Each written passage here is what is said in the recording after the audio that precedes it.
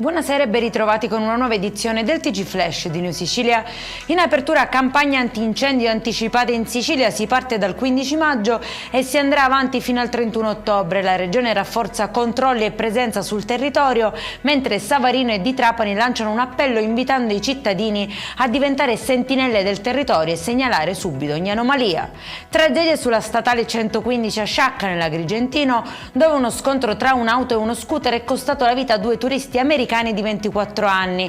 Dopo l'impatto la vettura si è ribaltata fuori strada, mentre i passeggeri dell'auto sono rimasti illesi. Scoperto un vero e proprio arsenale in casa di un settantenne a Siracusa. La polizia ha sequestrato 36 armi, circa 2000 munizioni, un silenziatore e diverse armi da taglio. L'uomo è finito ai domiciliari, mentre gli investigatori cercano ora di ricostruire la provenienza delle armi e il motivo per cui fossero custodite nell'abitazione.